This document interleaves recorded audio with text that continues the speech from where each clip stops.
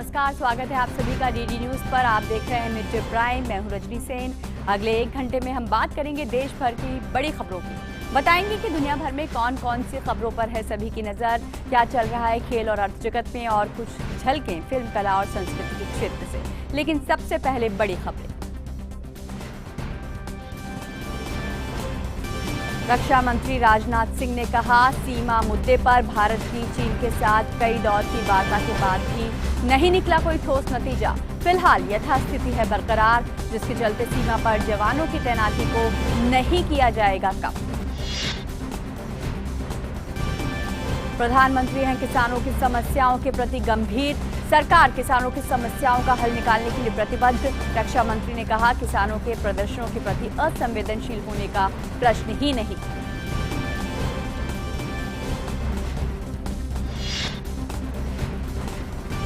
कृषि सुधारों के खिलाफ आंदोलन कर रहे किसानों के साथ सरकार की अगले दौर की वार्ता आज। 4 अहम मुद्दों पर होगी चर्चा। सरकार ने साफ नीयत और खुले मन से प्रासंगिक मुद्दों के तर्कपूर्ण समाधान करने के लिए जताई प्रतिबद्धता।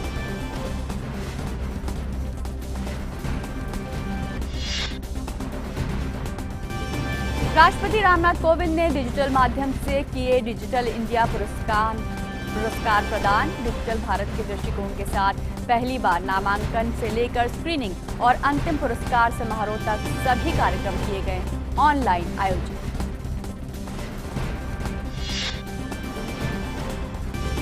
ब्रिटेन ने Oxford AstraZeneca corona virus vaccine को दी मंजूरी। लोगों को जल्द दी जाएगी इसकी खुराक। अधिक संख्या में टीकाकरण का रास्ता हुआ साफ। देश में कोरोना के ब्रिटेन स्ट्रेन से संक्रमित होने वालों की संख्या बढ़कर हुई 20। कोरोना के इस नए वेरिएंट को लेकर सरकार सतर्कता के साथ उठा रही है सख्त कदम।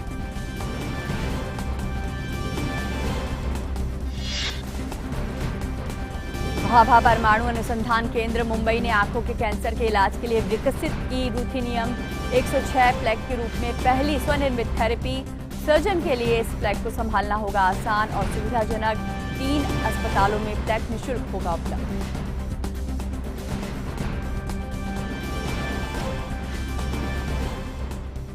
और मिड डे प्राइम में सबसे पहले बड़ी खबरों पर नजर डालते हैं।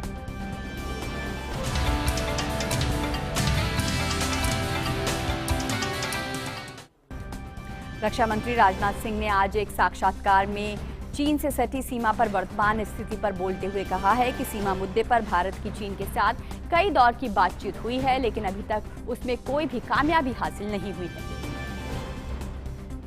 इंडो और चाइना के बीच जो स्टैंड ऑफ चल रहा था, उसे दूर करने के लिए दोनों देशों के बीच बातचीत का दौर चल रहा था। मिलिट्री लेवल पर भी बातचीत हो रही थी और साथ ही साथ डिप्लोमेटिक लेवल पर भी बातचीत हो रही थी, लेकिन अभी तक कोई कामयाबी मिल नहीं पाई है।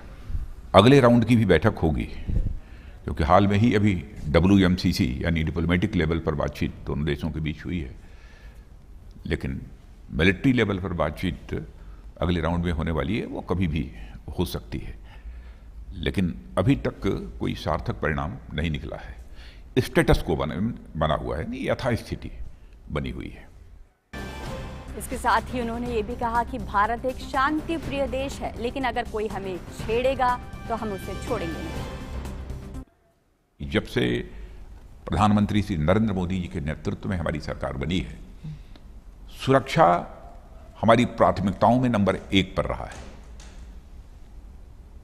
और हम जितनी अधिक ताकत और सुविधा अपनी जो है डिफेंस फोर्सेस को मुहैया करा सकते हैं, वो हम कराने की अपनी तरफ से कोशिश कर रहे हैं। यदि कोई देश विस्तारवादी है, एक्सपेंशनिस्ट है, और भारत के भूमि पर कब्जा करने के लिए कोई कोशिश करता है, तो कि टुकड़े को हड़पने की कोशिश करता है, तो भारत के अंदर वह ताकत है, भारत के अंदर वह कुव्वत है कि किसी भी सूरत में अपनी जमीन को किसी दूसरे देश के हाथ में नहीं जाने देगा, चाहे दुनिया का कोई भी देश हो। रक्षा मंत्री ने यह भी कहा कि भारत तेज गति से सीमा पर बुनियादी ढांचा विकसित कर रहा है। भारत भी सीमा पर रहने वाले अपने नागरिकों की सुविधा के लिए, सीमा पर पेट्रोलिंग करने वाले अथवा सीमा की सुरक्षा करने वाले अपने जवानों के लिए भी इधर बहुत ही तेजी के साथ इंफ्रास्ट्रक्चर डेवलपमेंट किया है। हम किसी देश से पर आक्रमण करने के लिए हम इंफ्रास्ट्रक्चर डेवलपमेंट नहीं कर रहे हैं, इस सोच के साथ नहीं। लेकिन यदि पेट्रोलिंग करने हमारा जवान जाता है तो उसकी सुविधा का हमको ध्यान देना पड़ेगा, और साथ ही साथ सीमा पर रहने वाले जो हमारे नागरिक हैं उनकी भी सुविधाओं का ध्यान हमको देना पड़ेगा। उसके लिए भी इंफ्रास्ट्रक्चर डेवलप करना सीमा पर यह आवश्यक है। तो रक्षा मंत्री राजनाथ सिंह ने देश की सुरक्षा को लेकर और भारत चीन संबंधों को लेकर ये बयान दिया है एक साक्षात्कार में, और क्या कहा है उन्होंने अपने बयान में और इस बयान के मायने क्या हैं, आइए समझने की कोशिश करते हैं। रक्षा मंत्री राजनाथ सिंह ने क्या कहा? हमारी सीमाएं पूरी तरह से सुरक्षित, विस्तारवाद का सामना करने में भारत सक्षम। चीन की विस्तारवाद की नीति का हर स्तर पर, हर सीमा पर भारत सामना करने में पूरी तरह से सक्षम है। राष्ट्र की सुरक्षा हमारी पहली प्राथमिकता। कोई चुनौती हो, कोई दौर हो, कोई वक्त हो, कोई देश हो, भारत अपनी सुरक्षा के प्रति पूरी तरह से प्रतिबद्ध है। पाकिस्तान ने कई बार सीजफायर का उल्लंघन किया है। चीन जो पाकिस्तान को मोहरा बना रहा है उस पर भी रक्षा मंत्री ने बयान दिया है और कहा है कि पाकिस्तान ने कई बार नियमों को तोड़ा है। भारत अपनी जमीन किसी और के पास नहीं जाने देगा।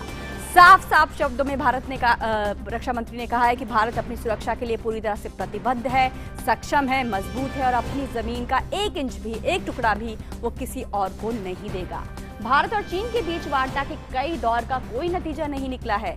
ये रक्षा मंत्री ने कहा है कि भारत और चीन के बीच बातचीत के कई दौर हो चुके हैं पर उनका कोई नतीजा अब तक नहीं निकला है। इसके अलावा वायुसेना प्रमुख की चीन को कड़ी चेतावनी दी है। उन्होंने कल एक कार्यक्रम में एक बयान दिया है और कहा है कि भारत से टकराव चीन के लिए वैश्विक मोर्चे पर अच्छा नहीं है, और यदि चीन की आकांक्षाएं वैश्विक हैं, ग्लोबल हैं, तो ये जो मौजूदा स्थिति है वो चीन को सूट नहीं करती, चीन को ये सब कुछ शोभा नहीं देता है। उत्तर में चीन ने जो कुछ भी किया है उसके क्या मायने हैं, जो भी टकराव उत्तर की सीमाओं पर चल रहा है, चीन जो कुछ भी कर रहा है उसके क्या मायने हैं। अब आइए नजर डाल लेते हैं कि भारत और चीन के बीच अब तक कितने दौर की वार्ता हो चुकी है, क्या नतीजा निकला है उनका। भारत और चीन के सैनिकों के बीच मई माह में इसी साल उत्तरी लद्दाख और सिक्किम में टकराव हुआ था। उसके बाद से विवाद सुलझाने के लिए लगातार कोशिश की जा रही है। विवाद सुलझाने के लिए तब से लेकर अब तक वार्ताओं का कई दौर का जो है चरण चल चुके हैं, सैन्य स्तर पर भी, कूटनीतिक स्तर पर भी, लेकिन ये सारे दौर की बातचीत बेनतीजा रही है। विवाद सुलझाने के लिए तब से लेकर अब तक यानी मई माह से नवंबर तक कई दौर की बातचीत हो चुकी है।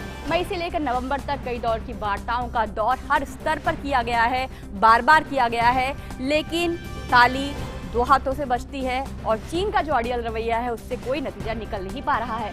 10 सितंबर को दोनों देशों के विदेश मंत्रालय के बीच मॉस्को में एक बैठक हुई थी, वर्चुअल माध्यम से हुई थी ये बैठक, और इसमें भी बातचीत को आगे बढ़ाने की कोशिश की गई थी, लेकिन वो बातचीत भी बेनतीजा तो नहीं रही थी। हाँ, यहाँ पर 5 बिंदुओं पर सहमति जरूर बनी थी और तय किया गया था कि इन 5 बिंदुओं को लेकर ये दोनों देश काम करेंगे। 22 सितंबर को सैन्य स्तर की एक और वार्ता संपन्न हुई थी। तो मई से लेकर सितंबर के बीच भी कई अहम दौर की वार्ता हुई थी, लेकिन हम यहाँ आपको बता रहे हैं कि सितंबर से लेकर नवंबर तक सैन्य स्तर की और कूटनीतिक स्तर की जो अहम वार्ताएं हुई हैं उसके बारे में हम आपको बता रहे हैं। तो 22 सितंबर को सैन्य स्तर की एक और वार्ता संपन्न हुई थी। उससे पहले जो वर्चुअल मीटिंग मॉस्को में हुई थी उसमें तय किया गया था कि 5 बिंदुओं पर सहमति बनेगी। 30 सितंबर को कूटनीतिक स्तर की वार्ता का पहला दौर चला। 30 सितंबर को इसी साल कूटनीतिक स्तर की ये वार्ता का पहला दौर दोनों के बीच में शुरू हुआ। इससे पहले सैन्य स्तर की वार्ता का लगातार दौर चल रहा था। मई में जो विवाद शुरू हुआ था उसको सुलझाने के लिए इसके बाद WMCC की 19वीं वर्चुअल मीटिंग हुई, उसमें भी एजेंडा तय करने की कोशिश की गई, किस तरीके से आगे बढ़ा जाए, किन बिंदुओं पर सहमति को आगे बढ़ाया जाए। 13 अक्टूबर को मिलिट्री कमांडर्स की 7वें दौर की वार्ता लगातार सैन्य स्तर पर ये पहली दफा है कई सालों में जब सैन्य स्तर की वार्ता हो रही थी और उसका 7वां दौर ये हुआ था। और 6 नवंबर को चुनचुन में 8वें दौर की सैन्य स्तर की वार्ता हुई थी। तो ये आखिरी दौर था। अभी फिलहाल जो ये वार्ता के दौर चल रहे हैं उसके जो 6 नवंबर को वार्ता के दौर हुआ था संपन्न, और अगले दौर की वार्ता कब होगी रक्षा मंत्री ने कहा है कि जल्द ही होगी, कब होगी उसके बारे में बताया जाएगा। लेकिन अफसोस ये है कि इतने दौर की बातचीत का नतीजा चीन के अड़ियल रवैये के कारण अब तक किसी दौर पर किसी भी नतीजे पर नहीं पहुंचा है। और इस विषय पर और बातचीत के लिए हमारे साथ जुड़ रहे हैं हमारे खास मेहमान, पूर्व महानिदेशक हैं लेफ्टिनेंट जनरल संजय कुलकर्णी हमारे साथ जुड़ रहे हैं। आपका बहुत स्वागत है। रक्षा मंत्री ने जो बयान दिया है, जो कुछ कहा है साक्षात्कार में चीन को लेकर, संजय जी अगर बात करें, lieutenant general retired Sanjay Kulkarni हमारे साथ, क्या मायने हैं उसके, खासकर इस दौर में रक्षा मंत्री ने जब कहा है कि हम विस्तारवाद की चुनौती का सामना करने के लिए पूरी तरह से सक्षम हैं और हम अपनी जमीन का 1 इंच भी किसी को नहीं देंगे। मैं कहूंगा कि रक्षा मंत्री ने जिस तरीके से बयान दिया है तो इस बात को दर्शाता है कि वाकई हम सक्षम हैं और इसमें मुझे कोई शक नहीं है। एक बार इंटरव्यू के दौरान जब पूछा गया कि कई लोग ये सोचते हैं कि चीन जो है बहुत शक्तिशाली देश है और हम लोग कहते हैं पर शायद इससे सक्षम नहीं है, ये गलत है। चीन जरूर शक्तिशाली देश होगा, चीन के पास जरूर कॉम्प्रिहेंसिव नेशनल पावर थोड़ा बहुत ज्यादा होगा, लेकिन जमीन के ऊपर जो है हिंदुस्तान बहुत सक्षम है। हिंदुस्तान के जो सैनिक हैं, जो खड़े हैं, उनको इस बात का आभास है कि हमने अपनी देश की सुरक्षा करनी है।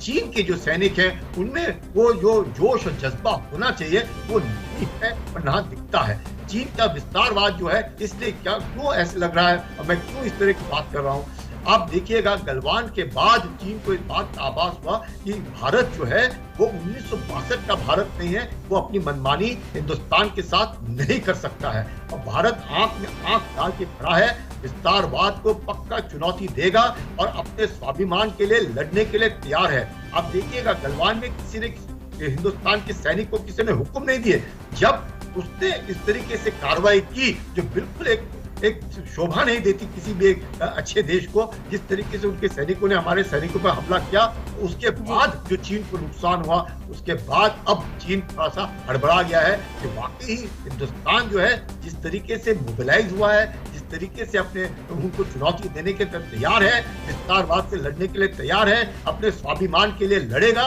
और जैसे रक्षा मंत्री ने बिल्कुल ठीक कहा, हम छेड़ते नहीं है, हम अगर आप छेड़ोगे तो हम छोड़ेंगे भी नहीं। ये जो भावना है, इस भावना को चीन को अब साफ साफ एक संदेश चला गया है। मैं यहाँ पे जरूर कहूंगा, ये संदेश चीन को गया, उसके बाद अब चीन ने पाकिस्तान को अपना पिट्ठू बनाया है कि आप जो हिंदुस्तान को तकलीफ पहुंचाइएगा, आप हिंदुस्तान के ऊपर प्रेशर डालिएगा, आप सीज़फायर वायलेशन कीजिए, आप आतंकवादियों को भेजिए, वहां पर भी पाकिस्तान असफल हुआ। अब चीन देख रहा है कि जिस तरीके से लोकतांत्रिक देश सब मिल करके चीन को चुनौती दे रहे हैं उसके विस्तारवाद के लिए, अब चीन को सोचना पड़ेगा। कोई शक नहीं है, मुझे लगता है इस विस्तारवाद के ऊपर चीन अगर नहीं सोचेगा तो चीन अब बैकफुट के ऊपर है। चीन के पास कितना भी हो, आफ्टर हिंदुस्तान और चीन के बीच बॉर्डर डिस्प्यूट है, जमीन का मामला है, और जमीन के मामले में किसकी जरूरत है? सैनिकों की जरूरत है। और सैनिक जिसमें जज्बा है, कौन से ऐसे सैनिक हैं जो बिल्कुल अपना जान निछावर करके अपनी जमीन को हड़पने नहीं देंगे? वह हिंदुस्तानी सैनिक। अगर चीन सैनिकों में वो जज्बा होता और अगर जैसे लोग कहते हैं कि पास जरूर ताकत है, तो चीन क्यों नहीं लड़ रहा?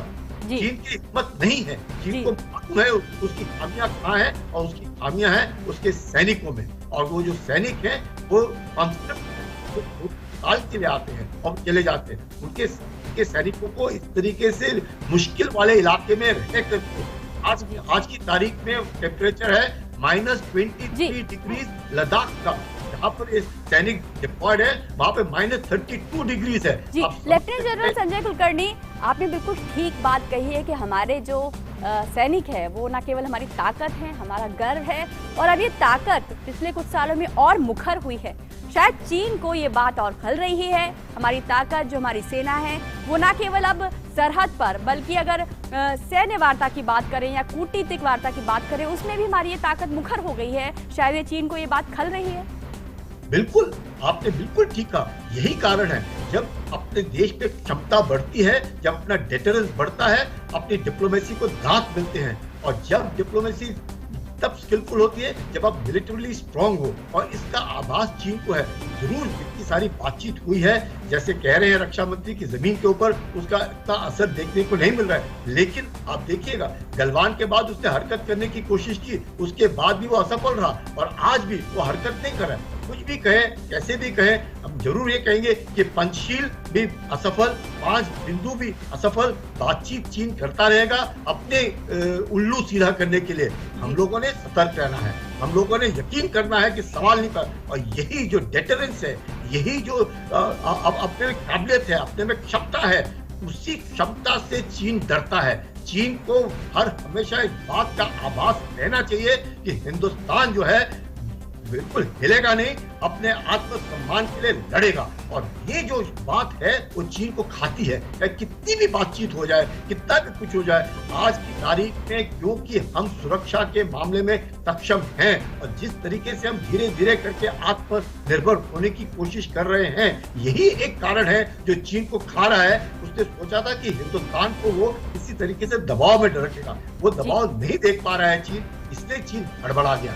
जी बिल्कुल। लेफ्टिनेंट जनरल संजय कुलकर्णी, अगर बात करें वार्ताओं के दौर की, दुनिया को दिखाने के लिए हाथी के दांत कुछ और होते हैं, खाने के कुछ और होते हैं, तो वार्ता में यही चीन कर रहा है कि हम दिखा रहे हैं दुनिया को, हम बातचीत कर रहे हैं, लेकिन अड़ियल रवैया उसका हर दौर में जारी रहा है। बिल्कुल बिल्कुल। चीन जो है, अगर हम आप देखें, आप 1950 से आज तक देख लीजिएगा, चीन बातचीत इसलिए करता है कि वो अपना उल्लू सीधा करना चाहता है। आपने बिल्कुल ठीक कहा, हाथी के दांत दिखाने के अलग और खाने के अलग। चीन का मकसद क्या है? अपनी क्षमता बढ़ाना, अपने को देखना कि किस तरीके से वो हिंदुस्तान के ऊपर हावी हो सके, वो नहीं कर पा रहा है। और ये बातचीत का जो सिलसिला चल रहा है, आप धीरे धीरे देखिए, जैसे कि एयर चीफ ने अभी कहा कि उनकी जो नॉर्मल एयर पावर है, धीरे धीरे करके वो अपने तिब्बतन ऑटोनोमस रीजन में बढ़ाने की कोशिश करें। हम लोग सक्षम हैं, हम लोग उसकी जितना भी बढ़ाने की कोशिश करे, उसके बरखिलाफ हम खड़े हैं और जीत का जवाब पत्थर से देंगे, इसमें भी कोई शक नहीं। लेकिन क्यों अगर चीन की मंशा अच्छी होती तो चीन इस तरह की कार्रवाई क्यों करता?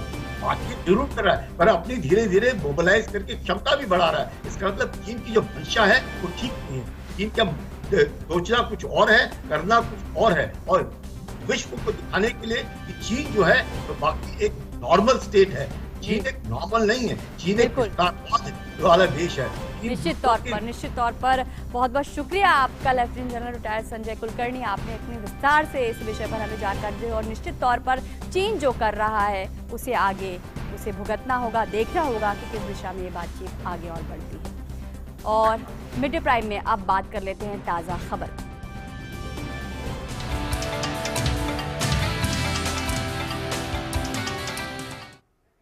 आज दिल्ली की सीमाओं पर बैठे किसान संगठनों और सरकार के बीच वार्ता होगी। केंद्र सरकार ने किसानों को चिट्ठी लिखी थी, जिसके जवाब में किसानों ने वार्ता का न्योता स्वीकार करते हुए कुछ शर्तों के साथ 29 तारीख को बातचीत के लिए हामी भरी थी। इसके बाद सरकार ने संयुक्त किसान मोर्चा को खत लिखकर बताया कि 30 दिसंबर यानी आज दोपहर 2 बजे विज्ञान भवन में वार्ता के लिए वे आमंत्रित हैं। कृषि मंत्रालय द्वारा जारी चिट्ठी में कहा गया है कि सरकार साफ नियत और खुले मन से प्रासंगिक मुद्दों के तर्कपूर्ण समाधान करने को प्रतिबद्ध है।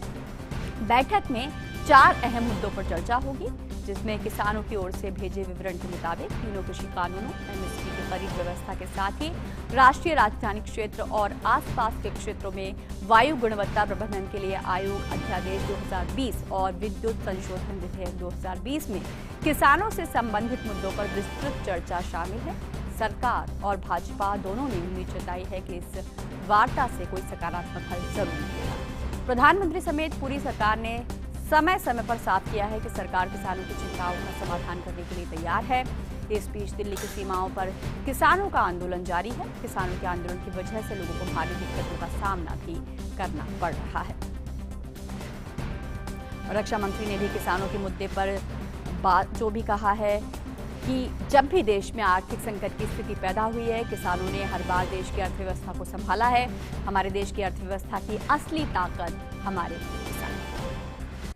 हम किसान के प्रति हृदय की गहराइयों से सम्मान व्यक्त करते हैं और हर समय भारत के किसानों के प्रति हमारा सिर झुका हुआ है उनके सम्मान में। वो हमारे अन्नदाता हैं और जब भी आर्थिक संकट का दौर इस देश में आया है तो देश की अर्थव्यवस्था को संभालने का काम यदि किसी ने किया है तो इस देश के किसानों ने किया है। हमारे देश की अर्थव्यवस्था की ताकत है हमारा किसान, कृषि या रीढ़ है। और कृषि सुधारों को लेकर जारी किसानों के प्रदर्शन को लेकर भी रक्षा मंत्री ने कहा कि किसानों में सरकार की योजनाओं को लेकर भ्रम पैदा किया जा रहा है। उन्होंने कहा कि हमारी सरकार किसानों से बातचीत के लिए तैयार है। हमारे किसान भाइयों को के अंदर एक गलतफहमी पैदा करने की कोशिश की गई है और की जा रही है। इसीलिए मैं बार बार विनम्रतापूर्वक अपने किसान भाइयों से सम्मान व्यक्त करते हुए कहना चाहता हूं कि आप बैठिए, तीनों बिलों को लेकर क्लाज बाई क्लाज डिस्कशन करिए। आपको कहीं लगता हो और बड़े एग्रीकल्चरल एक्सपर्ट्स को साथ बैठाने की, उनको भी बैठाइए। सरकार आपके साथ बातचीत करने को तैयार है। हम किसान भाइयों के हितों के खिलाफ कोई कदम नहीं उठा सकते। तो किसान संगठनों और सरकार के बीच बातचीत का एक और दौर आज होने जा रहा है और हमारे साथ हमारे संवाददाता शैलेंद्र जुड़ रहे हैं। शैलेंद्र, ये साल खत्म होने को है और उम्मीद की जानी चाहिए कि आज जो दौर शुरू होगा उसका कुछ ना कुछ नतीजा जरूर निकलेगा। जी बिल्कुल रजनी, उम्मीद सभी कर रहे हैं कि आज किसानों संगठनों के और सरकार के बीच जो बातचीत है वो उसमें कुछ ठोस नतीजा निकलेगा और सकारात्मक माहौल में प्रगति होगी। इस वक्त हमारे ठीक पीछे आप देख रहे हैं विज्ञान भवन है, जहां पर जो किसान आंदोलनकारी किसान संगठनों के जो प्रतिनिधि है वो पहुंच चुके हैं सरकार के प्रतिनिधियों के साथ वार्ता करने के लिए। अब से थोड़ी देर बाद 2 बजे ये वार्ता शुरू होगी। हम जानते हैं कि 4 ऐसे मुद्दे किसानों ने अपनी तरफ से रखे थे जिन पर उन्होंने कहा था कि वो सरकार से बातचीत को फिर से तैयार है और सरकार की तरफ से उनको जवाब देते हुए कहा गया कि वो 30 तारीख को 2 बजे आए और जो प्रमुख मुद्दे हैं, चाहे वो पराली से जुड़ा मुद्दा हो या विद्युत अधिनियम से जुड़ा मुद्दा हो या फिर जो उनके बीच जो एक भ्रम है जो सरकार कह रही है 3 कृषि कानूनों को लेकर, उसको लेकर सरकार बातचीत को तैयार है। तो आज ये बातचीत अब से थोड़ी देर बाद शुरू होनी है। जो आंदोलनकारी किसान संगठनों के जो प्रतिनिधि हैं वो यहाँ पर विज्ञान भवन पहुंच चुके हैं और उम्मीद यही है कि बातचीत सकारात्मक दिशा में आगे बढ़ेगी। चूंकि हम जानते हैं कि रक्षा मंत्री राजनाथ सिंह ने भी ये कहा है कि दरअसल किसानों के बीच एक भ्रम फैलाने की कोशिश की जा रही है। जो आपत्तियां हैं आंदोलनकारी किसानों को लेकर, उन सब आपत्तियों पर लगातार सरकार ये कहती रही है कि एमएसपी को लेकर जो बात कही जा रही है, एमएसपी पहले भी थी, आज भी है और आगे भी रहेगी और एमएसपी पर सरकारी खरीद होती रहेगी। इसके साथ साथ कॉन्ट्रैक्ट फार्मिंग को लेकर भी सरकार बार बार हर स्तर पर स्पष्ट कर चुकी है कि जो भी चिंताएं और जो भी भ्रम एक तरह से फैलाने की कोशिश किसानों के बीच किया जा रहा है उसको दूर करने का काम सरकार का है और सरकार उसे दूर करेगी। और हमें याद करना होगा कि जो एक लिखित प्रस्ताव दिया गया था और पत्र लिखा गया था कृषि मंत्री की तरफ से, उसमें स्पष्ट तौर पर इस बात का जिक्र भी किया गया था कि जो भी अनुबंध होगा वो सिर्फ किसानों की जो फसल है उसका होगा, किसानों की जमीनों का नहीं होगा। ये स्पष्ट तौर पर बात कही गई थी। तो सरकार लगातार कई मोर्चों पर, कई मंचों पर इस बात को कहती रही है। खुद प्रधानमंत्री नरेंद्र मोदी ने भी स्पष्ट तौर पर यह कहा है और हम जानते हैं कि कृषि मंत्री नरेंद्र सिंह तोमर हो, रक्षा मंत्री राजनाथ सिंह हो, तमाम जो वरिष्ठ मंत्री हैं मोदी सरकार के, वो लगातार इस बात को कहते रहे हैं कि किसानों के हितों का पूरा ध्यान रखा गया है और ये जो 3 कृषि कानून है दरअसल ये एक क्रांतिकारी बदलाव लाने का कृषि सेक्टर में काम करेंगे। तो आपसे थोड़ी देर बाद जो बातचीत शुरू होने वाली है, निश्चित तौर पर उम्मीद यही है कि एक रास्ता निकलेगा, एक हल निकलेगा, चूंकि सरकार लगातार इस बात की उम्मीद कर रही है और ये कह रही है कि दरअसल किसानों के बीच जो आंदोलनकारी किसान हैं उनके बीच जो भ्रम फैलाया गया है, जो कुछ विपक्षी दलों पर आरोप लगाया गया है कि दरअसल वो इस पूरे मुद्दे पर एक तरह से देखें तो राजनीति कर रहे हैं, उन सबको दूर करने का काम भी सरकार करने की कोशिश कर रही है। और सरकार ने यह भी कहा है कि जो भी भ्रम है, जो भी आंदोलनकारी किसान है उनके बीच जो भ्रम फैलाया गया है या उन्हें जो भी गलतफहमियां हैं उन सबको दूर किया जाएगा। और आज ये बातचीत इस लिहाज से भी महत्वपूर्ण है चूंकि हम जानते हैं कि सरकार की तरफ से जो एक प्रस्ताव फिर से रखा गया था कि आए वो बातचीत करें, उस पर जवाब दिया आंदोलनकारी किसान संगठनों ने और उसके बाद सरकार ने कहा कि आइए जो 4 मुद्दे हैं उन पर हम बातचीत करेंगे। 30 दिसंबर को 2 बजे आमंत्रित किया और आज किसान संगठन पहुंचे हैं। जी शैलेंद्र, सरकार की तरफ से जब से आंदोलन चल रहा है बार बार लगातार कोशिश की गई है, भ्रम दूर करने की कोशिश की गई है। सरकार के हर मंत्री ने समय समय पर मीडिया में आकर किसान कानून के ऊपर बातचीत करने की कोशिश की है और उम्मीद है कि जो आज के दौर की वार्ता है वो कुछ ना कुछ नतीजा ज़रूर लेकर आएगी। शैलेंद्र हमारे साथ जुड़े हुए थे, कोशिश करेंगे दोबारा जाने की, लेकिन फिलहाल बढ़ते हैं अगली खबर की तरफ। लेकिन शैलेंद्र हमारे साथ दोबारा जुड़ गए। शैलेंद्र, आपसे पूछें कि सरकार की तरफ से लगातार कोशिश की जा रही है, संपर्क नहीं हो पा रहा है शैलेंद्र से, और बढ़ते हैं अगली खबर की तरफ। देश में कोरोना वायरस के नए स्वरूप के मामले बढ़ते दिख रहे हैं। देश में अब तक ब्रिटेन से कोरोना स्ट्रेन से संक्रमित होने वालों की संख्या बढ़कर 20 हो गई। कल तक इन मामलों की संख्या सिर्फ 6 थी।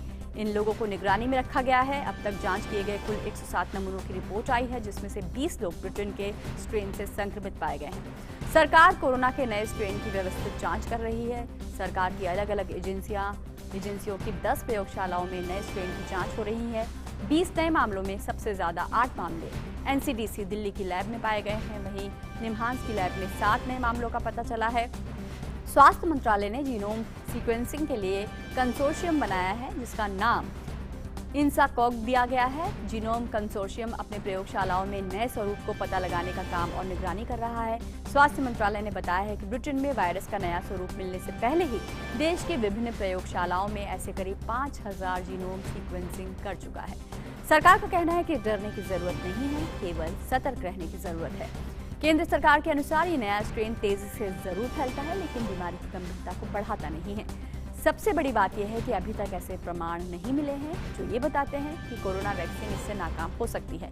हालांकि सरकार ने एहतियातन कुछ और नए कदम उठाए हैं।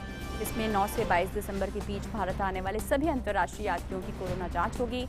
पॉजिटिव आने वाले लोगों के सैंपल जीनोम सीक्वेंसिंग के लिए भेजे जाएंगे। यही नहीं, 23 नवंबर से 22 दिसंबर के बीच जो भी अंतर्राष्ट्रीय यात्री भारत आए हैं और टेस्ट में संक्रमित पाए गए हैं, उनके सैंपल भी जीनोम सीक्वेंसिंग के लिए भेजे जाएंगे। इसके अलावा देश में संक्रमित पाए जाने वाले कुल मरीजों में 5% रोजाना जीनोम सीक्वेंसिंग के लिए भेजे जाएंगे। और भारत में कोरोना वायरस के नए स्ट्रेन के बढ़ते मामलों को देखते हुए केंद्र सरकार ने ब्रिटेन से आने और जाने वाली फ्लाइट्स पर लगी रोक को 7 जनवरी 2021 तक बढ़ा दिया है। केंद्रीय नागरिक उड्डयन मंत्री हरदीप सिंह पुरी ने एक ट्वीट संदेश लिखा है और उसमें उन्होंने कहा है कि 7 जनवरी 2021 तक ब्रिटेन से आने जाने वाली उड़ानों के अस्थायी निलंबन का विस्तार करने का फैसला किया गया है। इसके बाद सख्ती से उड़ानों की बहाली होगी, जिसके लिए विवरण जल्द ही घोषित किए जाएंगे। स्वास्थ्य मंत्रालय ने ब्रिटेन से विमानों की आवाजाही पर रोक 7 जनवरी तक बढ़ाने के लिए नागरिक उड्डयन मंत्रालय से अनुशंसा की थी। ये अनुशंसा DGHS और ICMR के DG और नीति आयोग के सदस्य की अगुवाई वाले राष्ट्रीय कार्यबल के संयुक्त निगरानी समूह से मिली जानकारी के आधार पर की गई।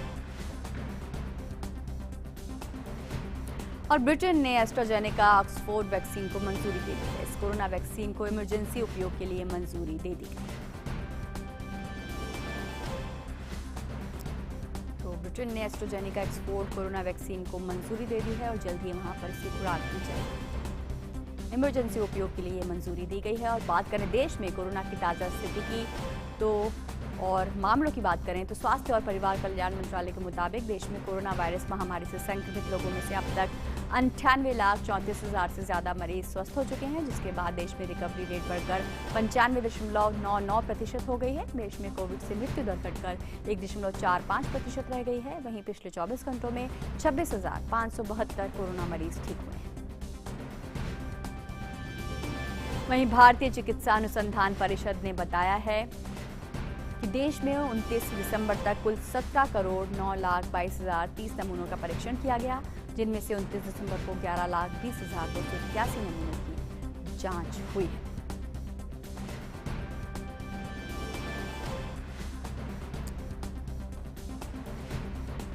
और कोरोना के नए स्ट्रेन पर और अधिक जानकारी के लिए हमारे साथ हमारे संवाददाता नितेंद्र जुड़ रहे हैं। नितेंद्र, कल तक नए स्ट्रेन से संक्रमित लोगों की संख्या 6 थी, जो बढ़कर 20 हुई है। हालांकि स्वास्थ्य विशेषज्ञों ने कहा है कि डरने की जरूरत नहीं है। संक्रमण तेजी से फैलता जरूर है, लेकिन उतना घातक नहीं है।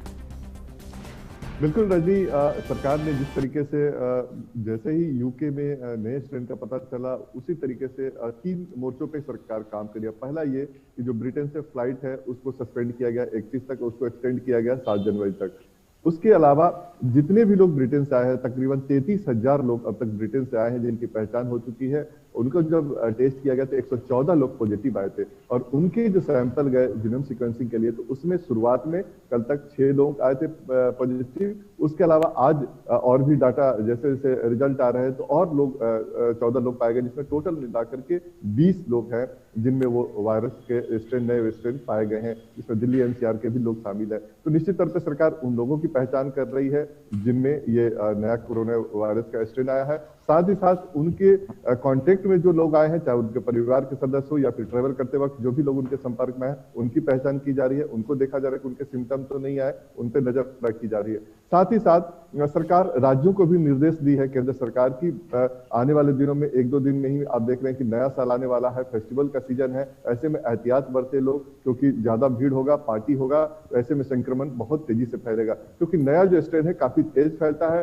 70% तक लोग जो साइंटिस्ट है वो बता रहे हैं कि तेजी से इसका संक्रमण होता है। ऐसे में भीड़ भाड़ से बचने की जरूरत है, सावधानी बरतने की जरूरत है, क्योंकि इसको सुपर स्प्रेडर माना गया है। रजनी, सुपर स्प्रेडर है जो बहुत ही नियंत्रित नहीं होता है। तो ऐसे में सबसे बड़ी जरूरत है हम सबकी कि पहला हम मास्क लगाएं जब भी हम कहीं बाहर जाएं या फिर भीड़ भाड़ में जाने से बचे, सोशल डिस्टेंसिंग का पालन करें और हैंड हाइजीन का ख्याल रखें। ये स्ट्रिक्टली पालन करते रहना है और ये जानना है कि इसको फैलने नहीं देना है। सरकार 3 मोर्चों पर काम कर रही है और निश्चित तौर पे जब हम और आप सजग रहेंगे तो इसको हम रोकने में कामयाब रहेंगे। बिल्कुल सुपर स्प्रेडर है, आपने बिल्कुल ठीक कहा। और दूरदर्शिता अपनाते हुए सरकार ने न केवल फ्लाइट्स रोक दी थी बल्कि ट्रेसिंग और जो टेस्टिंग है उस पर भी काम लगातार कर रही है। जीनोम सीक्वेंसिंग की यहाँ पर बात करेंगे नितेंद्र, इसके क्या मायने हैं और इसका इस नए स्ट्रेन के लिए क्या महत्व है? और दूसरी बात जो आपने कही सुपर स्प्रेडर है, तो ऐसे में जो दूसरे देशों से अंतर्राष्ट्रीय फ्लाइट्स आ रही हैं, वहां जो आना जाना हो रहा है उस पर भी नजर है सरकार की।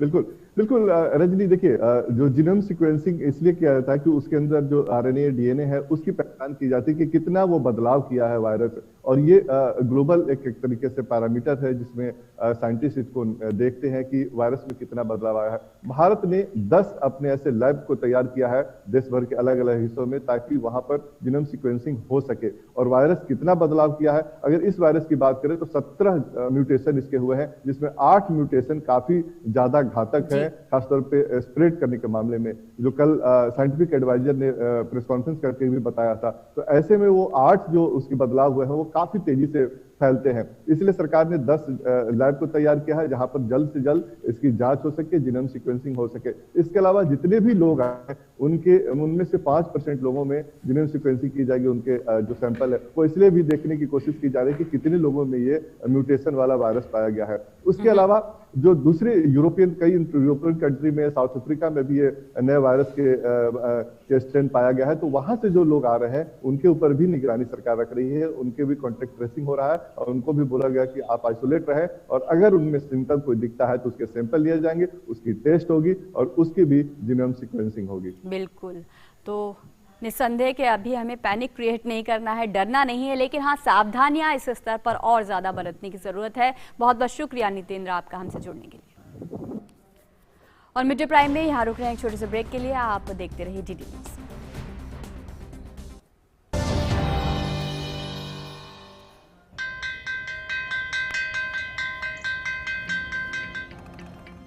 पहला अक्षर अ रट लो तो व से एक विद्वान होगा, पक्की होगी बुनियादें तो ह से हिंदुस्तान होगा। पहले करो शुरुआत करो तो पक्की बात करो। वंडर सीमेंट, एक परफेक्ट शुरुआत।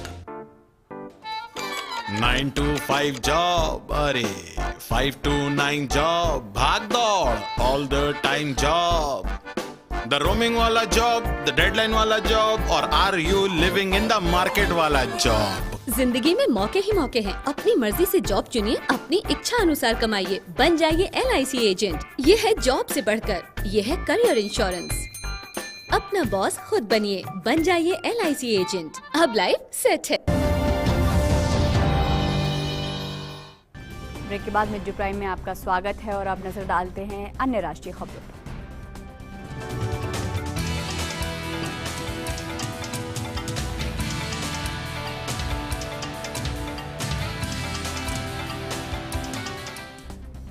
राष्ट्रपति रामनाथ कोविंद ने आज वीडियो कॉन्फ्रेंसिंग के माध्यम से आभासी तरीके से डिजिटल इंडिया पुरस्कार 2020 प्रदान किए। इस अवसर पर राष्ट्रपति जी ने कहा कि कोरोना महामारी के वक्त में सामाजिक ताना बाना बदला है और साथ ही आर्थिक गतिविधियों, स्वास्थ्य सेवाओं और शिक्षा समेत तमाम क्षेत्रों में बड़े बदलाव आए हैं। उन्होंने उम्मीद जताई कि जल्द ही कोरोना महामारी का संकट भी खत्म होगा।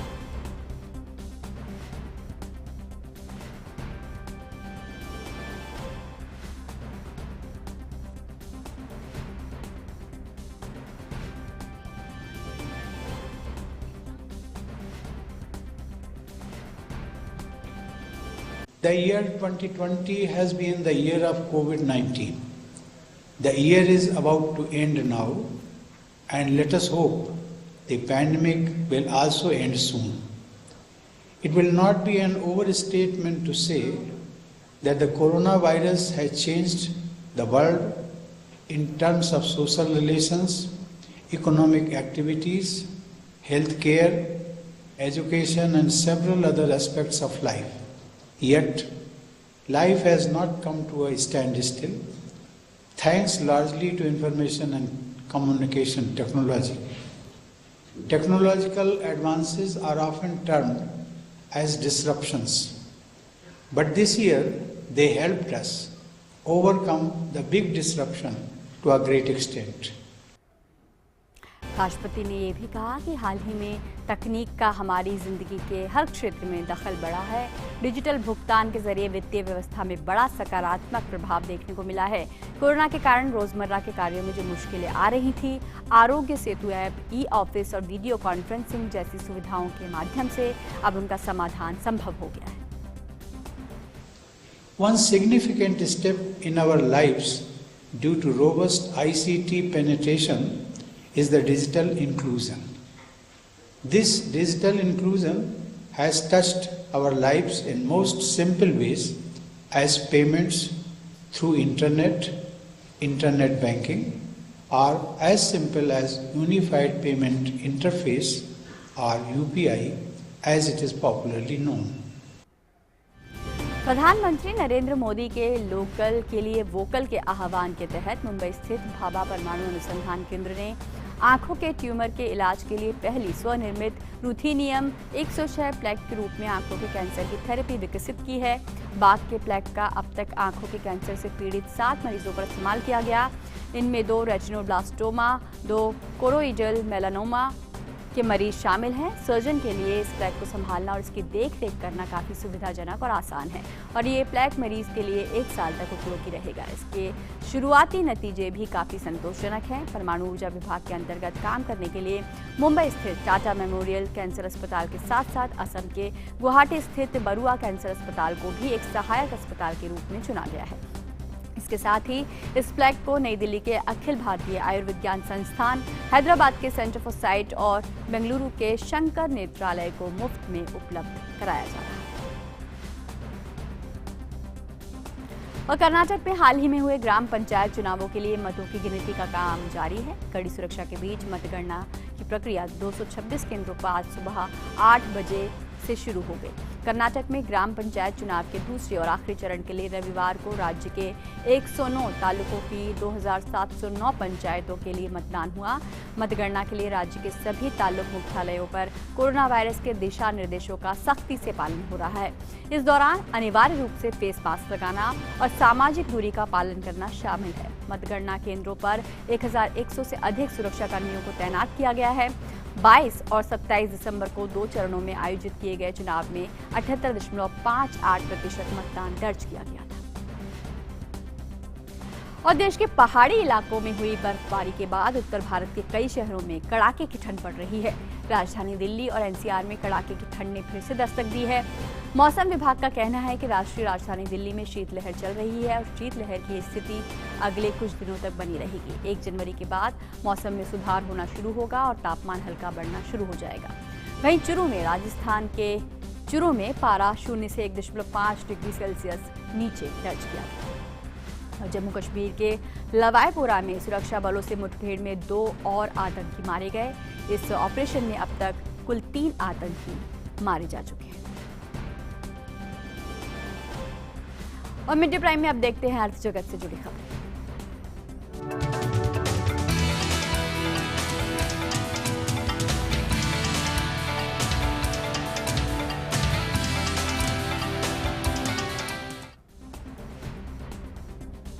और अर्थ जगत की खबरें हम तक पहुंचा रहे हैं अजय मिश्र। और व्यापार प्राइम में आप सभी का स्वागत है। शुरुआत करते हैं शेयर बाजार से। ग्लोबल मार्केट से जुड़े संकेतों के बीच घरेलू शेयर बाजार में आज शुरुआती कारोबार में जो तेजी देखी गई उसके बाद में नई ऊंचाई तो ज़रूर दिखाई दी, लेकिन वो संभलता हुआ बाजार नजर आया, उस ऊंचाई को बरकरार नहीं रख पाया। सेंसेक्स और निफ्टी में तेजी जो है वो ज़्यादा समय तक टिक नहीं पाई। जल्दी ही ऊपरी स्तरों से मुनाफा वसूली की वजह से शेयर बाजार ने शुरुआती बढ़त को गवा दिया। आज पहली बार सेंसेक्स ने 47,800 का आंकड़ा पार किया और उसमें कामयाब हुआ। लेकिन इस वक्त हम बात करें तो ये अब से थोड़ी देर पहले सिर्फ 2 मिनट की बात करें तो नेगेटिव जोन से अब फिर से वापस पॉजिटिव जोन में आ गया है। 47,630 का स्तर इस वक्त दिखाई दे रहा है। काफ़ी वोलेटाइल बाजार इस वक्त दिखाई दे रहा है। निफ्टी 50 की बात करें तो केवल 10 अंक ऊपर नज़र आ रहा है। बिल्कुल सपाट कारोबार, एक बार रिकॉर्ड हाई बनाने के बाद गिरावट और उसके बाद फिर से खरीदारी की शुरुआत। तो अभी भी निवेशकों का जो रुख है, रुझान है, वो खरीदारी की ओर ज़्यादा दिख रहा है। टॉप गेनर्स की बात करें तो UPL, Eicher Motors, Bajaj Finance, Tech Mahindra, Maruti Suzuki 1 से 3% के बीच इस वक्त बढ़ते हुए दिखाई दे रहे हैं। हमारे टॉप लूजर्स आज के सेंसेक्स में निफ्टी में इस वक्त इंडसइंड बैंक, गेल, एक्सिस बैंक, सन फार्मा और सिप्ला जैसे स्टॉक्स 1 से 1.5% की गिरावट के साथ कारोबार करते हुए नजर आ रहे हैं। लेकिन सभी जानकारों का ये भी कहना है कि अगर आपको मौका मिलता है तो गिरावट में आपको यहाँ पर पोजीशन लिया जा सकता है। फ्रेश इन्वेस्टमेंट के लिए बहुत ज़्यादा उत्साहित होने की ज़रूरत नहीं है, काफ़ी सोच समझ करके फैसला लेना होगा। चीन चलते हैं। चीन की सरकार ने पहले जैक मा की अलीबाबा और एंट ग्रुप पर कार्रवाई की और अब बाकी टेक कंपनियों पर भी शिकंजा कसता जा रहा है। चीन सरकार की कार्रवाई से कंपनियों में ऐसा खौफ है कि महज 2 दिनों में ही चीन की बड़ी कंपनियों के करीब 15 लाख करोड़ रुपए का नुकसान हुआ। दरअसल चीन के मार्केट रेगुलेटर ने ई कॉमर्स क्षेत्र की दिग्गज कंपनी अलीबाबा ग्रुप के खिलाफ एंटी ट्रस्ट स्क्रूटनी शुरू करने की घोषणा की। उसके बाद चीन की टेक कंपनियों को डर लग रहा है कि वो भी एंटी ट्रस्ट जांच के दायरे में आ सकते हैं। 2 दिनों में अलीबाबा के साथ उसकी प्रतिद्वंदी company Tencent Holdings, food delivery company Meituan और JD.com इनके स्टॉक्स में तगड़ी बिकवाली देखने को मिली। सोमवार को अलीबाबा के शेयर 8% तक गिर गए। टेंसेंट और म्यूटन कंपनियों के शेयर भी करीब 6% तक गिरे हैं। इसके अलावा JD.com के शेयर में भी 2% की गिरावट देखी गई। सिर्फ 2 दिनों में चारों टेक कंपनियों को कुल मिलाकर के करीब $200 अरब यानी लगभग 15 लाख करोड़ रुपए का नुकसान हुआ है। अब वॉल स्ट्रीट के हवाले से एक खबर आ रही है कि कंपनी में अब चीन सरकार बड़ी हिस्सेदारी खरीद सकती है। कंपनी की $10 अरब की बायबैक की खबरों ने भी कंपनी के शेयर की कीमतों में जो गिरावट हो रही थी उसको रोकने में वो कामयाब नहीं हो पाए। यानी मुश्किल 2 तरफा है। एक तरफ तो एंटी ट्रस्ट जो स्क्रूटनी चल रही है उससे ये डर लग रहा है कि आगे चलते हुए सरकार खिलाफ जा सकती है और अब सरकार ही कह रही है कि हो सकता है उसमें इन्वेस्टमेंट करे। ये चीन का एक नया फिर नहीं कह सकते, एक पेक्यूलियर मॉडल है। चीन में जो भी बड़ी कंपनियां होती हैं उसमें सरकारी हिस्सेदारी बढ़ाने के लिए चीन सरकार खुद ही कुछ फैसले लेती है। हालांकि ऐसे जो उदाहरण है वो दूसरे विकसित देशों में नहीं पाए जाते हैं। एक अच्छी खबर भारत से।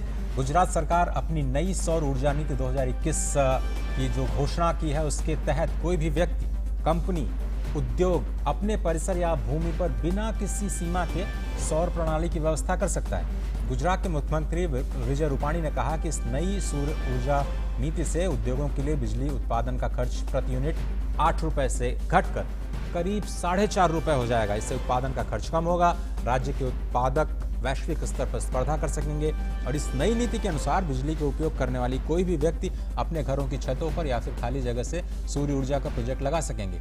बिजली कंपनियों को देने की सिक्योरिटी डिपॉजिट में भी प्रति मेगावाट 25 लाख रुपए से घटाकर 5 लाख रुपए की गई है। नई सौर ऊर्जा नीति अगले 5 सालों के लिए लागू रहेगी। तो अब ये गुजरात से जो शुरुआत हुई है, उम्मीद ये की जा रही है कि दूसरे राज्यों में भी जो सौर ऊर्जा नीति है, सभी लोग इस बात का इंतजार कर रहे हैं कि अगर वो अपनी छतों पे सोलर पैनल लगाना चाहते हैं, अपनी बिजली के बिल में कटौती करना चाहते हैं तो क्या वो ऐसा कर सकते हैं। बहुत सारे राज्यों में नियम बहुत सरल नहीं है और इसीलिए ऐसा लगता है कि गुजरात से सीखते हुए बाकी राज्य भी इसको फॉलो अप कर पाएंगे और लोगों के लिए बिजली की दरें कम होंगी। तो एक तरह से हम नए इनोवेटिव इकोसिस्टम में प्रवेश करने जा रहे हैं। रजनी, मेरे पास सिर्फ इतना ही, बाकी खबरों के लिए वापस चलते हैं आपके पास। बिल्कुल, गुजरात से पर्यावरण के लिए अच्छी खबर है। बहुत शुक्रिया अजय आपका इस खबर के लिए।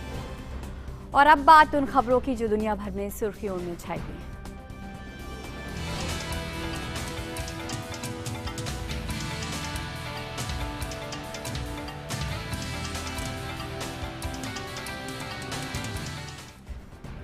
दुनिया भर में कोरोना संक्रमण के मामले 8 करोड़ 23 लाख से ज्यादा हो गए हैं। इस संक्रमण से अब तक 17,98,000 से ज्यादा लोगों की मौत भी हुई है। हालांकि इलाज के बाद विश्व में 5 करोड़ 84 लाख से अधिक लोग स्वस्थ भी हो गए हैं। कोरोना से सबसे ज्यादा प्रभावित देशों में अमेरिका सबसे आगे है। अमेरिका में कोरोना संक्रमण के कुल मामलों की संख्या 1 करोड़ 99 लाख को पार कर चुकी है।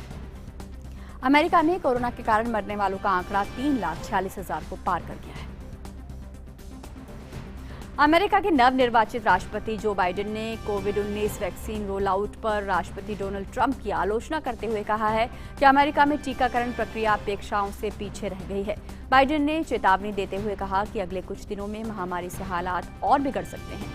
जो बाइडेन ने कोविड-19 के खिलाफ अपनी प्रतिबद्धता जाहिर करते हुए कहा कि उनका प्रशासन वैक्सीन के वितरण में तेजी लाने और टेस्टिंग में बढ़ोतरी करने पर कार्य करेगा। वहीं अमेरिका की नवनिर्वाचित उपराष्ट्रपति कमला हैरिस ने कोरोना वायरस का टीका लगवाया। कमला हैरिस ने कोरोना वैक्सीन मॉडर्ना की पहली खुराक लेने के बाद लोगों को भरोसा जताते हुए कहा कि आप बिना भय के कोरोना की वैक्सीन ले सकते हैं। कमला हैरिस से पहले राष्ट्रपति जो बाइडेन ने भी लाइव टीवी पर कोरोना का टीका लगवाया था। इस दौरान बाइडेन ने भी टीके को सुरक्षित बताया था। और फ्रांस सरकार कोरोना के प्रसार को रोकने की दिशा में महत्वपूर्ण कदम उठा रही है। कोरोना संक्रमण के प्रसार को रोकने के लिए सरकार जल्द ही रात्रि कर्फ्यू में परिवर्तन करते हुए उसके निर्धारित समय में बदलाव कर सकती है। फ्रांस के स्वास्थ्य मंत्री ओलिवियर वेरन ने मंगलवार को कहा कि सरकार जल्द ही पूर्वी क्षेत्रों में रात्रि कर्फ्यू जो रात 8 बजे से शुरू होता था उसे अब शाम 6 बजे से ही लागू कर सकती है। वहीं ब्रिटेन में कोरोना संक्रमण के नए मामलों में तेजी से बढ़ोतरी देखने को मिल रही है। पिछले 24 घंटों में कोरोना वायरस के एक दिन में रिकॉर्ड 53,135 नए मामले सामने आए हैं। वहीं पिछले 24 घंटों में 414 लोगों की मौत हुई है और 71,000 तक ये आंकड़ा पहुंच गया है। इसके एक दिन पहले 41,000 से अधिक नए मामले दर्ज किए गए थे, जबकि मरने वालों की संख्या 357 थी। ये संक्रमण की दर पहले पीक यानी अप्रैल महीने की संक्रमण दर से भी अधिक है। वहीं चौथे चरण के प्रतिबंधों के तहत वेल्स में पुलिस ने लोगों को घरों पर ही रहने का आदेश दिया है। और दुनिया भर में कोरोना वायरस के नए वेरिएंट के मामले बढ़ रहे हैं।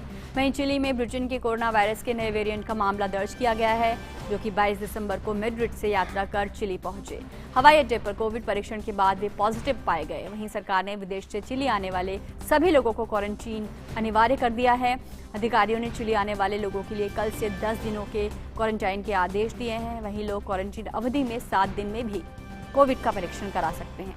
चिली में कोरोना वायरस के कुल मामलों की संख्या 6 लाख से ज्यादा है। वहीं इस महामारी से अब तक 16,000 से ज्यादा लोगों की वहां मौत हुई है। और अर्जेंटीना में कोरोना टीकाकरण अभियान की शुरुआत हो गई है। अर्जेंटीना में रूस के स्पुतनिक वी टीके की 3 लाख खुराकों का उपयोग कर सबसे पहले स्वास्थ्य कर्मियों को टीका दिया जा रहा है। इसके बाद सुरक्षा बलों, शिक्षकों, बुजुर्गों और उच्च जोखिम वाले समूहों को ये टीका दिया जाएगा। राष्ट्रपति अल्बर्टो फर्नांडिस ने इसे देश में अब तक का सबसे बड़ा टीकाकरण अभियान करार दिया है और इसे सुरक्षित भी बताया है। अर्जेंटीना में रूसी टीके की खेप सोमवार को पहुंची। रूस और बेलारूस के बाद स्पुतनिक वी टीके को मंजूरी देने वाला अर्जेंटीना तीसरा देश बन गया है। अर्जेंटीना ने फाइजर और बायोएनटेक के कोरोना टीके को भी मंजूरी दी है। और क्रोएशिया में कल 6.4 तीव्रता वाले भूकंप के तेज झटके महसूस किए गए। इस तीव्र झटकों के कारण 6 लोगों की मौत और 20 से ज्यादा लोगों के घायल होने की खबर है। भूकंप के कारण भारी जान माल के नुकसान की भी सूचना है। पिछले 2 दिनों में दूसरी बार ये झटके महसूस किए गए। पेट्रिनिजा कस्बे के मेयर ने कहा है कि लगभग आधा कस्बा बर्बाद हो गया है और लोगों को मलबे से निकाला जा रहा है। भूकंप के झटके बोस्निया, सर्बिया और इटली में भी महसूस किए गए।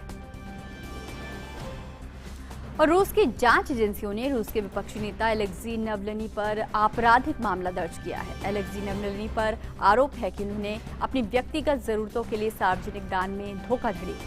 रूस में एलेक्सी नवलनी की गिनती एक विपक्षी नेता से अलग राष्ट्रपति पुतिन के धुर विरोधी के रूप में की जाती है। और अमेरिका में एक बार फिर से बोइंग 737 मैक्स विमान की शुरुआत हो गई है। इसने करीब 100 यात्रियों के साथ मियामी से न्यूयॉर्क की उड़ान भरी। 2 साल पहले लगातार 2 हादसों के बाद इस विमान की उड़ानें बंद कर दी गई थी। एयरलाइन कंपनी के प्रेसिडेंट रॉबर्ट इज़ोम ने कहा है कि एयरक्राफ्ट पहले की तुलना में ज़्यादा सुरक्षित है। हमें यकीन है कि ये आसमान में काफ़ी सुरक्षित रहेगा।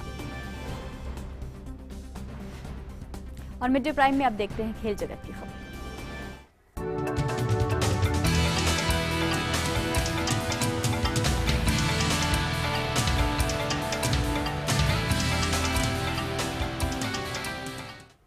और खेल की दुनिया से हमें जोड़ रही हैं सुचित्रा।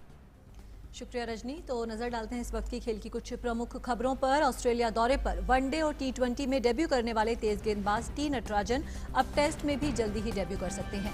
उमेश यादव को चोट लगने के बाद माना जा रहा है कि सिडनी में होने वाले तीसरे टेस्ट में भारतीय टीम मैनेजमेंट नटराजन को मौका दे सकता है। भारत ने दूसरा टेस्ट जीतकर सीरीज को 1-1 की बराबरी पर ला दिया है। EPL की इंग्लिश प्रीमियर लीग में मैनचेस्टर यूनाइटेड ने वॉल्वरहैम्पटन को 1-0 से हरा दिया। ओल्ड ट्रैफर्ड में खेले गए इस मैच में वॉल्वरहैम्पटन की रक्षा पंक्ति ने मैनचेस्टर यूनाइटेड के स्ट्राइकर्स को 90 मिनट तक रोके रखा। इंजरी टाइम में ब्रूनो फर्नांडिस से मिले पास को मार्कस रैशफोर्ड ने गोल में बदलकर मैनचेस्टर यूनाइटेड को जीत दिला दी। इस जीत के साथ मैनचेस्टर यूनाइटेड अंक तालिका में लिवरपूल के बाद दूसरे नंबर पर पहुंच गई है। खराब दौर से गुजर रही आर्सेनल ने ब्राइटन को 1-0 से मात देने में सफलता पाई। मुकाबले में एकमात्र गोल आर्सेनल की तरफ से अलेक्जेंडर लैकेजेट ने खेल के 66वें मिनट में किया। आर्सेनल के 16 मैच में 20 अंक हैं और टीम तालिका में 13वें स्थान पर स्थित है। लीड्स और वेस्ट ब्रॉम के बीच खेले गए मैच में लीड्स ने वेस्ट ब्रॉम को एकतरफा मुकाबले में 5-0 से करारी शिकस्त दी। इस जीत के साथ ही लीड्स के 16 मैच में 23 अंक हो गए हैं और टीम अंक तालिका में 11वें स्थान पर पहुंच गई है। वेस्ट ब्रॉम अभी भी रेलीगेशन जोन में बनी हुई है। और वेस्ट ब्रॉम के मैनेजर सैम एलरडाइस का कहना है कि फुटबॉल को ब्रेक लेने की जरूरत है। इस सीजन में एक राउंड में प्रीमियर लीग में अब तक सबसे ज्यादा पॉजिटिव केस देखने को मिले हैं। मंगलवार को हुई टेस्टिंग के ताजा राउंड में 18 लोग कोविड पॉजिटिव पाए गए। फुलहम में नए केस मिलने का मतलब है कि टॉटनहैम के साथ आज होने वाला उनका मैच खतरे में है। एलरडाइस ने कहा कि वे खुद को लेकर और फुटबॉल से जुड़े सभी लोगों को लेकर चिंता में है। शेफील्ड यूनाइटेड ने भी पुष्टि की है कि उनके यहां कई कोविड पॉजिटिव मामले निकले हैं। 1956 ओलंपिक में चौथे स्थान पर रही भारतीय फुटबॉल टीम के सदस्य निखिल नंदी का कल लंबी बीमारी के बाद निधन हो गया। निखिल नंदी 1950 के दशक में भारतीय फुटबॉल टीम की रक्षा पंक्ति की मजबूत कड़ी थे। मेलबर्न ओलंपिक 1956 में चौथे स्थान पर रहना भारतीय फुटबॉल के स्वर्णिम युग की सबसे बड़ी उपलब्धियों में गिना जाता है। नंदी 1955 में संतोष ट्रॉफी जीतने वाली बंगाल टीम के सदस्य भी रहे।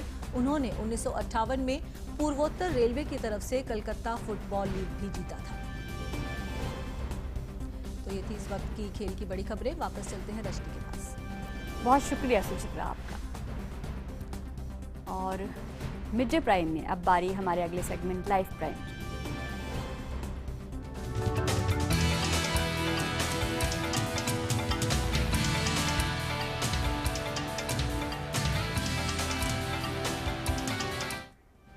और लाइफ प्राइम के आज के अंक में हम आपको दिखाते हैं मेक्सिको के इकोलॉजिकल पार्क में आई एक नई नन्ही जान की कुछ झलकियाँ।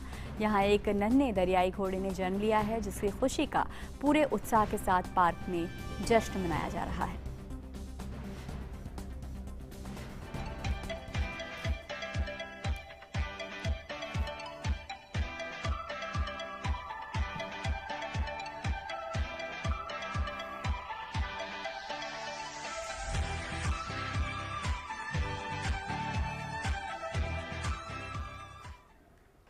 नन्हे दरियाई घोड़े के आने से पार्क में खुशी का माहौल। और मिड डे प्राइम में आज के लिए इतना ही, लेकिन हम लगातार नज़र बनाए हुए सरकार और किसान संगठनों के बीच कुछ ही देर में होने वाली अहम वार्ता पर देखने के लिए आप बने रहिए डीडी न्यूज़ के साथ। फिलहाल हमें दीजिए इजाज़त। नमस्कार।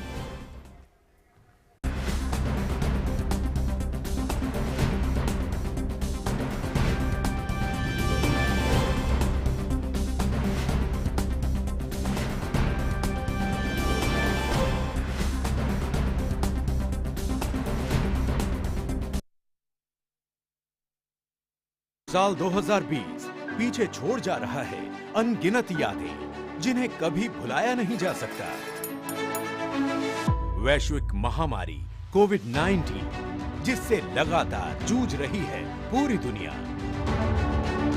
प्रमुख खबरें जिन्होंने साल भर बटोरी सुर्खियां, ऐतिहासिक फैसलों से बदली देश की तस्वीर, प्रमुख घटनाएं जिन्होंने विश्व पर डाला असर, कठिन समय जो गमगीन कर गया, कुछ पल जो इतिहास में दर्ज हो गए। साल 2020 डीडी न्यूज की नजर से देखिए विशेष कार्यक्रम परछाइयां 2020 सिर्फ डीडी न्यूज पर।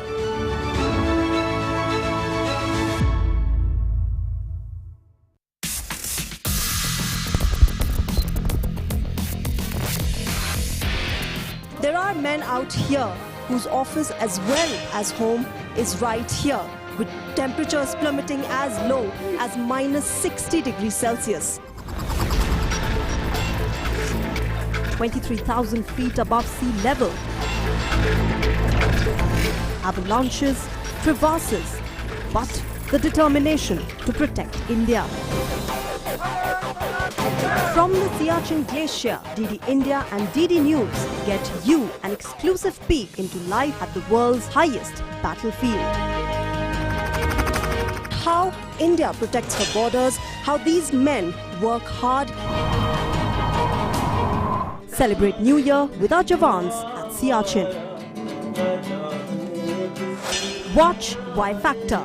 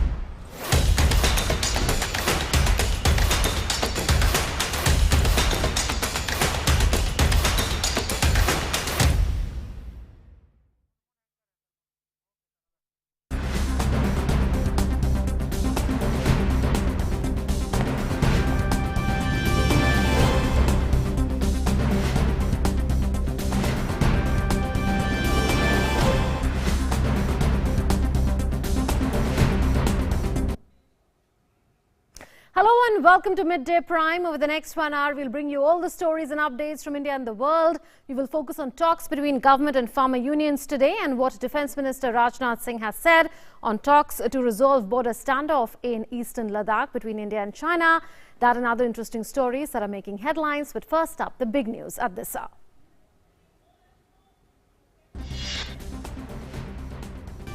Raksha Mantri Rajnath Singh states that talks with China are underway but no success has been achieved. Rajnath Singh says as there is status quo, it is natural that deployment cannot be reduced.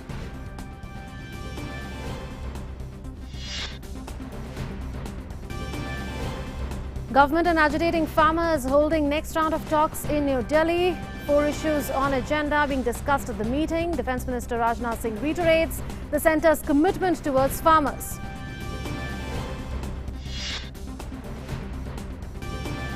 UK approves Oxford AstraZeneca COVID-19 vaccine, a second vaccine to get UK nod. Serum Institute develops Oxford vaccine for India.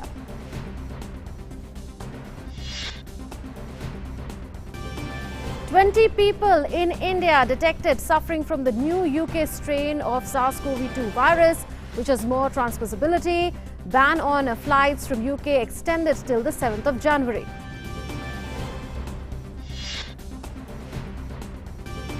President Ramnath Kovind virtually confers Digital India Awards 2020, states that we have to keep challenging ourselves to deliver innovative solutions to improve ease of living for all citizens, says technology is going to be a key enabler in attaining Atmanirbhar Bharat.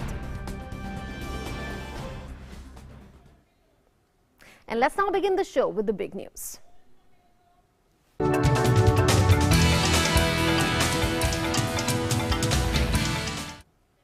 Defence Minister Rajnath Singh has said that talks with China on the LAC issue have not yielded fruitful results so far. In an exclusive interview to news agency ANI, he said that India will give a befitting reply to anyone who challenges the country's sovereignty. Indo और China के बीच जो stand of चल रहा था, उसे दूर करने के लिए दोनों देशों के बीच बातचीत का दौर चल रहा था। मिलिट्री लेवल पर भी बातचीत हो रही थी और साथ ही साथ डिप्लोमेटिक लेवल पर भी बातचीत हो रही थी, लेकिन अभी तक कोई कामयाबी मिल नहीं पाई है। अगले राउंड की भी बैठक होगी, क्योंकि हाल में ही अभी WMCC यानी डिप्लोमेटिक लेवल पर बातचीत दोनों देशों के बीच हुई है, लेकिन मिलिट्री लेवल पर बातचीत अगले राउंड में होने वाली है, वो कभी भी हो सकती है, लेकिन अभी तक कोई सार्थक परिणाम नहीं निकला है। स्टेटस को बना हुआ है, यथास्थिति बनी हुई है। यदि कोई देश विस्तारवादी है, एक्सपेंशनिस्ट है और भारत के भूमि पर कब्जा करने की कोई कोशिश करता है, तो कि टुकड़े को हड़पने की कोशिश करता है, तो भारत के अंदर वह ताकत है, भारत के अंदर वह कुव्वत है कि किसी भी सूरत में अपनी जमीन को किसी दूसरे देश के हाथ